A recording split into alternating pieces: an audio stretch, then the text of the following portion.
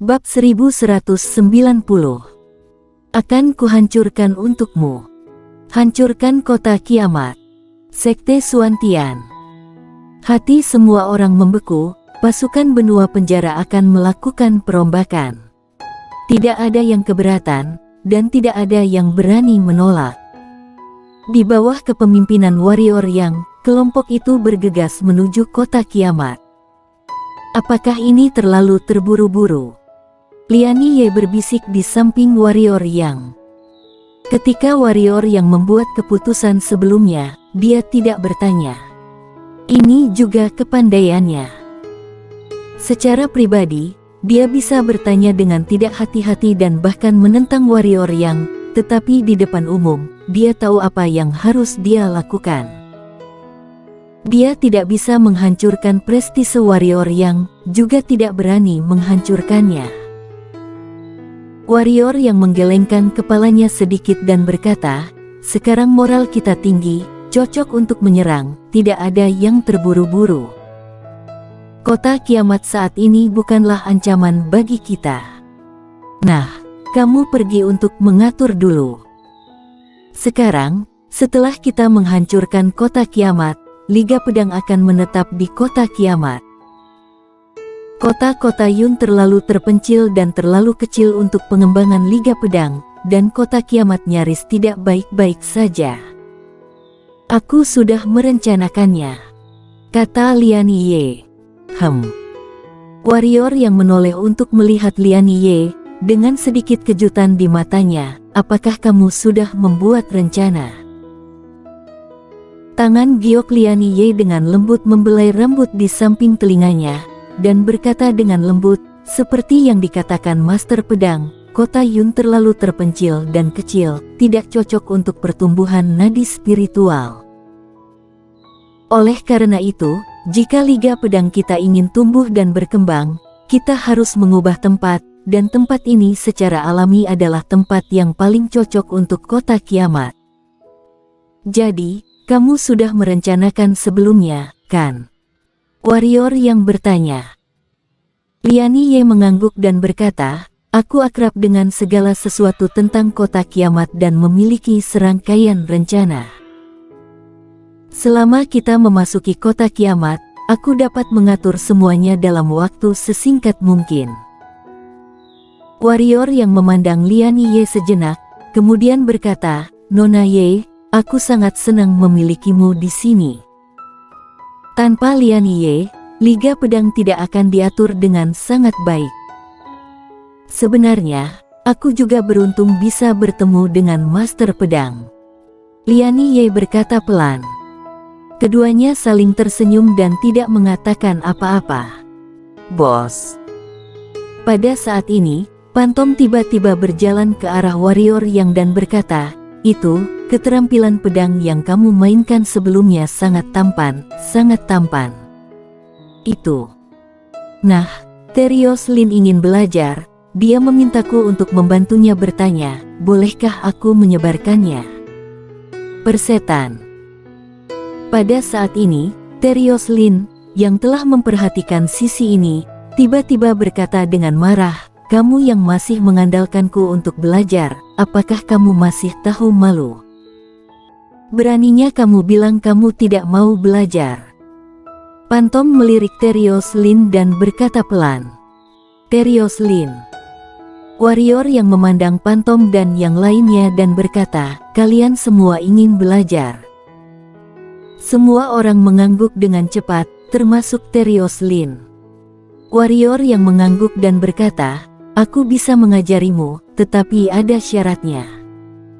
Syarat apa? Pantom bertanya cepat. Warrior yang berkata, Liga Pedang akan menerapkan sistem poin di masa depan. Apakah kamu ingin senjata hitam? Keterampilan pedang. Tukar poin dengan poin. Untuk cara mendapatkan poin, sangat sederhana, lakukan itu untuk tugas Liga Pedang, atau kamu bisa mendapatkan hal-hal baik dengan imbalan poin.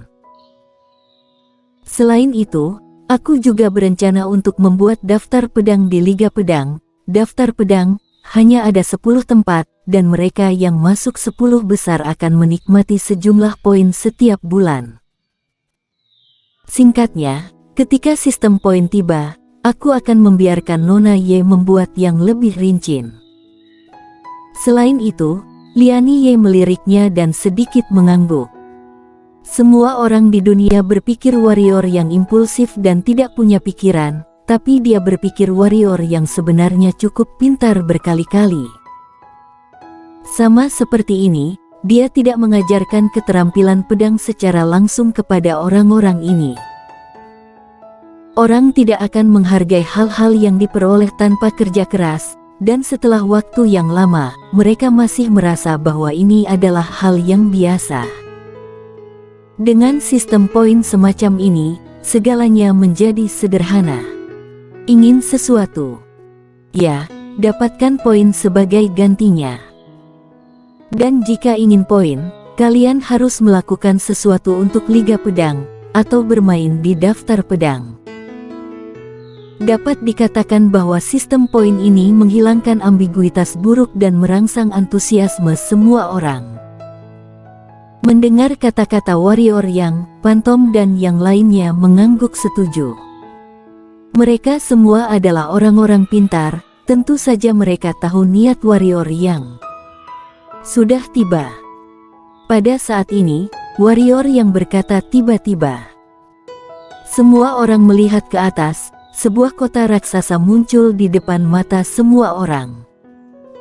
Apakah kamu melihat menara di tembok kota itu? Itu adalah meriam ajaib yang diperoleh kota kiamat dari reruntuhan kuno.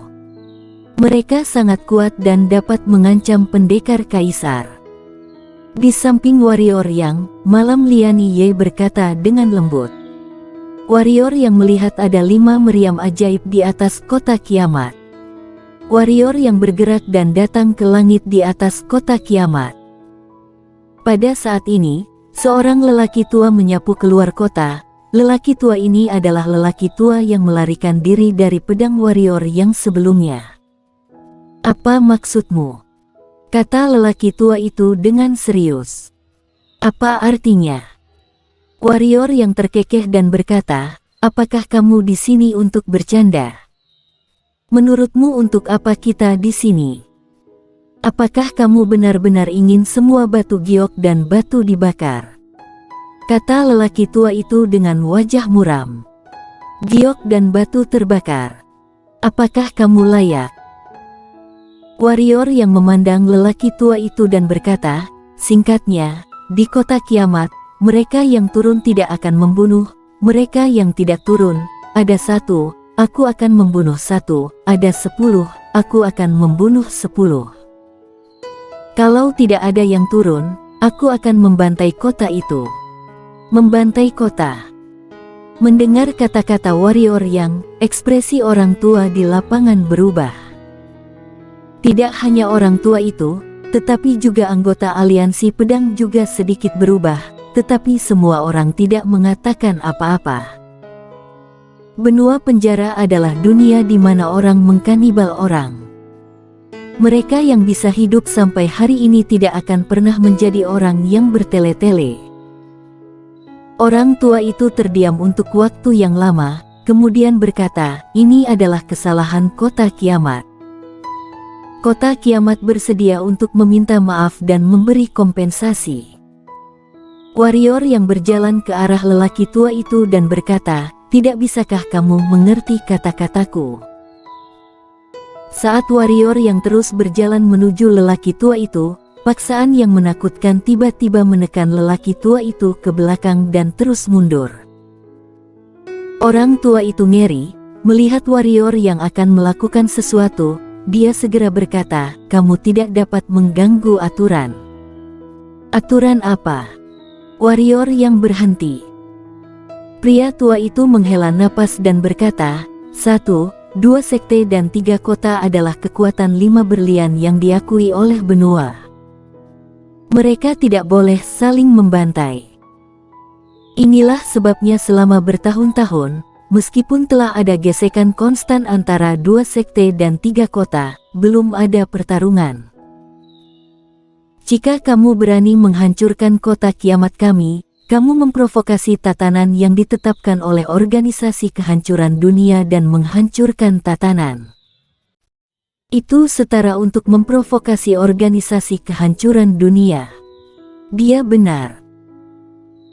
Pada saat ini, Zheno Dugu tiba-tiba datang ke sisi warrior yang dan berkata, namun, dia tidak mengatakan satu hal, yaitu, orang-orang dari 2 sekte dan 3 kota harus memberikan batu kecubung kepada organisasi kehancuran dunia setiap tahun.